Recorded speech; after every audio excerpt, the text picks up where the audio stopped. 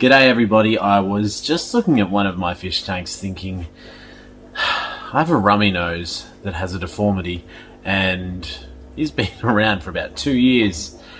And I thought, how many people buy fish or breed fish and see that their fish have a deformity, but they can still continue to survive in the tank and still look after themselves?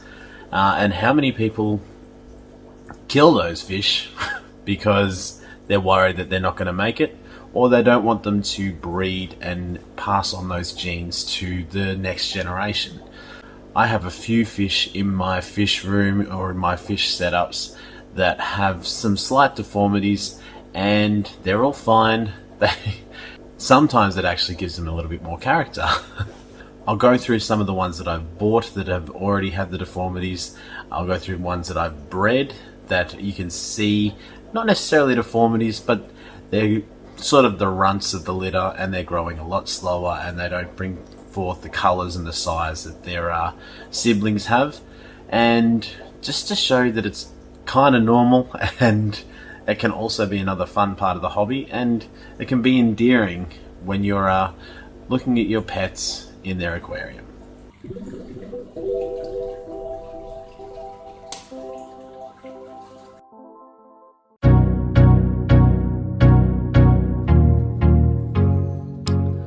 Deformed animals would have to be one of nature's quirks.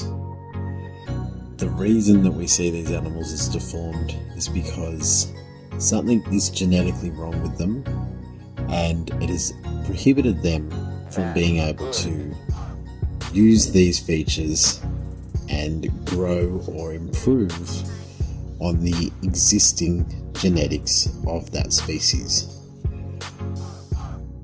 Some of the fish that I have are slower than their siblings or their schoolmates, for they cannot pass on their genes because they are not a desired mating partner for the rest of the species. Now, in saying all this, it doesn't mean that they can't live a happy, healthy life in your aquarium. Sometimes, yes, of course, there's going to be extreme circumstances where a deformed fish or a weaker fish is going to struggle in a tank with its tank mates.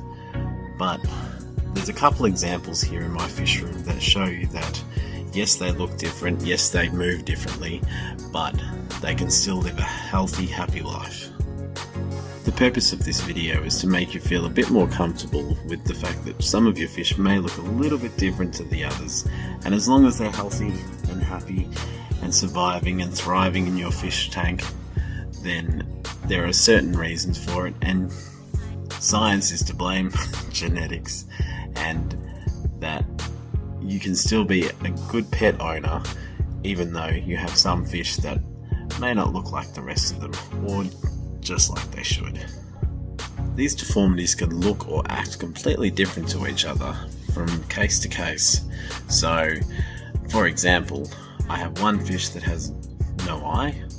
I have some fish that are smaller and grow slower than their siblings. And I have a couple of fish with deformed spines that prohibit them from being as quick to food as the others, but they still get their fair share and they can still grow. Breeding. When it comes to breeding, you always want a desired healthy male and female to breed so that you can pass on the best genes and get the best looking fish and the healthiest fish at the end of the day. This little Corey, he needs to move into a community tank and out of my breeding project so that I don't pass on those genes to the next generation of little pygmy Corys. This is not only for monetary value, but it is also to try and maintain a strong, healthy species available to the local aquarist here in Australia, and I'm sure everybody follows these practices all around the world.